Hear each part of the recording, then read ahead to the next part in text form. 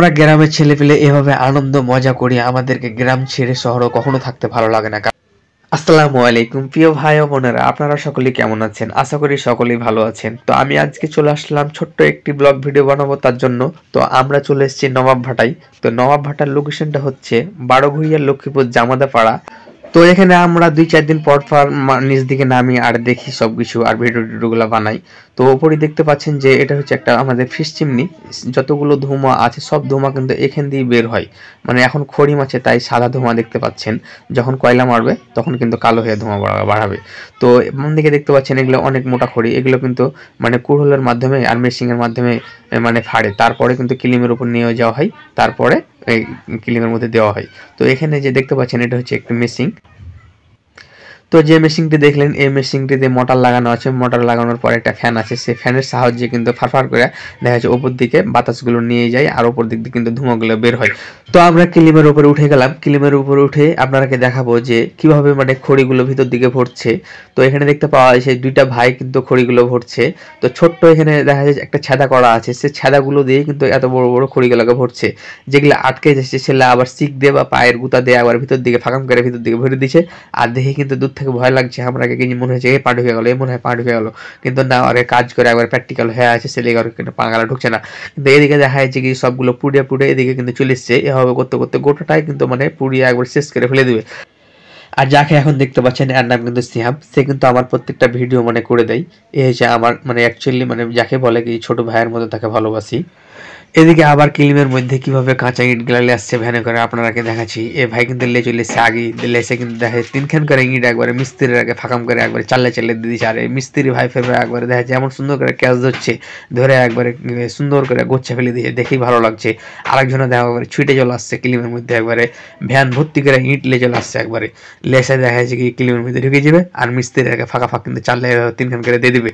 তো যেগুলো কাঁচা ইটগুলো সাজানো হবে সে সাজানো ইটগুলোকে আবার এদিকে দেখা যাচ্ছে রাবিশ দিয়ে ঢেকে দিবে, কারণ না ঢাকলে নষ্ট হয়ে যাবে তার জন্য। তো যাই হোক আমাদের কিলিমের ওপরকার এই ছিল মানে পরিস্থিতি। তো আমরা এখন কিলিমের ওপর থেকে নিচে চলে যাব, নিচে যেয়ে দেখাবো যে দেখা যাচ্ছে কি যে কাঁচা ইটগুলো কিভাবে ভ্যানের ওপর লোড করছে বা কোথা থেকে নিয়ে আসছে, সেই জায়গাটিতে আমরা এখন নেমে যাব। তো সোহাগকে আমি ডাকলাম কি তুমি এদিক দিয়ে চলে আসো, সোহাগ ভাই আবার এদিক দিয়ে না এসে ওদিক দিয়ে মাস্তানি করে দেখা যাচ্ছে লাফা লাফা যাবে, তার লাগে ওদিক দিয়ে গেল।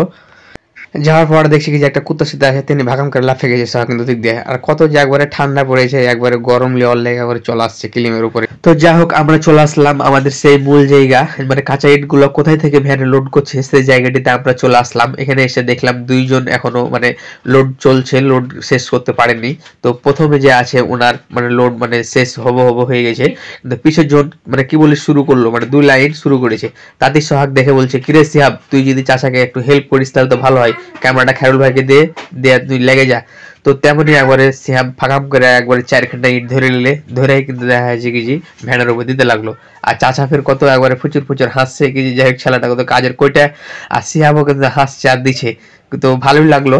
সোহাগ আর সিহাবকে কয়েছে কি যে ভ্যানটা লোড করে খায়রুল ভাইকে ঠেলতে দিব, হাম্মু তখন কয়েছে কি সমস্যা নাই, ক্যামেরা খানটা ধরতো সিহাব, আমি একবার ভ্যানটা ঠেলে দিই।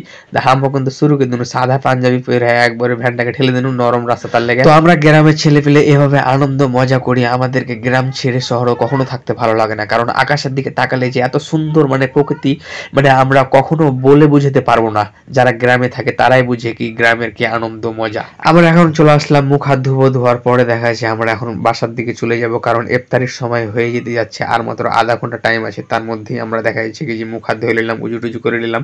তারপরে এখন সিহাব বলছে কি যে ভাইয়া ক্যামেরাটা একটু ধরেন, আমি একটু মুখ হাত ধুয়ে নিই, আমার শার্টে কিন্তু অনেক মানে ধুলা ভরে গেছে। আর ভাটায় আসলে অবশ্যই মানে ধুলা টুলা ভরবে, এটা তো একটা স্বাভাবিক ব্যাপার। আমাদের এই ভিডিওটি কেমন লাগলো আপনারা সবাই কমেন্টের মাধ্যমে জানাবেন, আর পারলে শেয়ার করে দিবেন। আর আমার আইডিতে এখন পর্যন্ত যারা মানে ফলো করেননি তারা দয়া করে অবশ্যই ফলো করে দিবেন। সকলেই ভালো থাকেন, সুস্থ থাকেন। আসসালামু আলাইকুম।